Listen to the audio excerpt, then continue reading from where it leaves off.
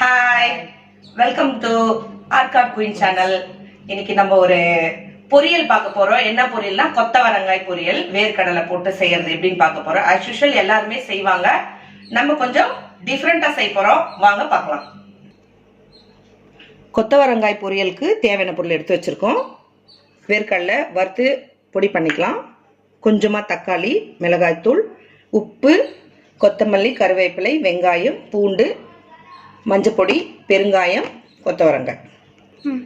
கொத்தவரங்காய் குக்கரில் போட்டு கொஞ்சமாக மஞ்சப்பொடி போட்டு தேவையான தண்ணி ஊற்றி ஒரு விசில் வச்சு வேக வச்சுக்கலாம்.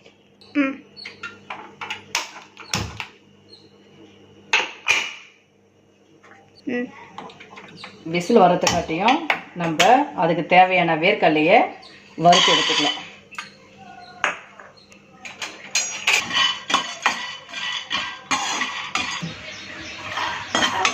வேர்க்கடலை நல்லா வறுத்தாச்சு, எடுத்து பொடி பண்ணிக்கலாம். கொத்தவரைக்காய் வெந்துருச்சு, தண்ணி எடுத்து வச்சுருக்கோம். கடாய் காஞ்சிருச்சு, ஒரு 4 டீஸ்பூன் எண்ணெய் ஆயில் போட்டுக்கலாம்.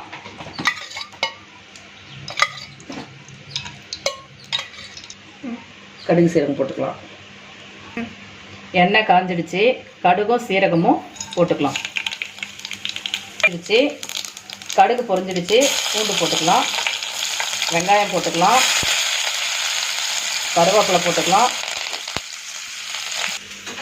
வேர்க்கடலை வறுத்து வேர்க்கடலையை மிக்சியில் போட்டு பொடி பண்ணிக்கலாம்.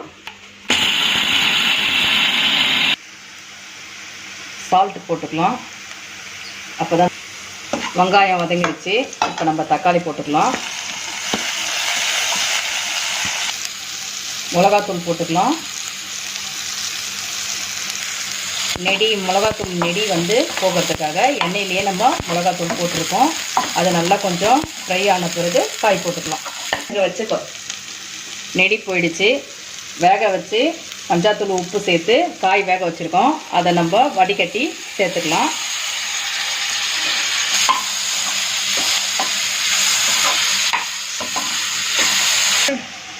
இப்போ வெங்காய தக்காளியை கூட கொத்தவரங்காய் நல்லா மிக்ஸ் ஆகிடுச்சு. இப்போ இந்த பதத்தில் நம்ம வேர்க்கடலை பொடி பண்ணி வச்சுருக்கோம் வறுத்து, அதை இதில் சேர்த்துக்கலாம். இப்போது நல்லா கலந்து விட்டு வச்சு, இந்த கொத்தவரங்காய் பார்த்திங்கன்னா நிறைய மருத்துவ குணம் நிறைய சேர்ந்தது.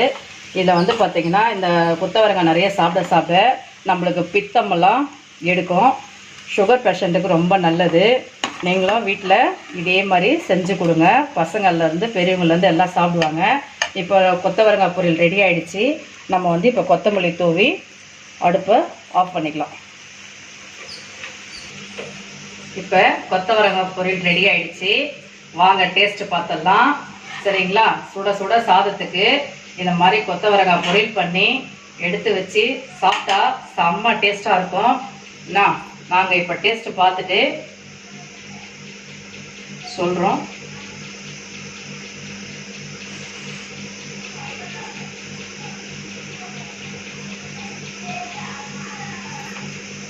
செம்ம சூப்பருங்க. இதுக்கு குழம்பே வேணாம், பொரியலே சாதம் போட்டு பிசைஞ்சு சாப்பிட்டுடலாம். சுட சுட சாப்பிட செம்ம டேஸ்டாக இருக்குது. ட்ரை பண்ணி பாருங்கள். மீண்டும் ஒரு அடுத்த வீடியோவில் சந்திப்போம். எங்கள் வீடியோ லைக் பண்ணுங்கள், கமெண்ட் பண்ணுங்கள், ஷேர்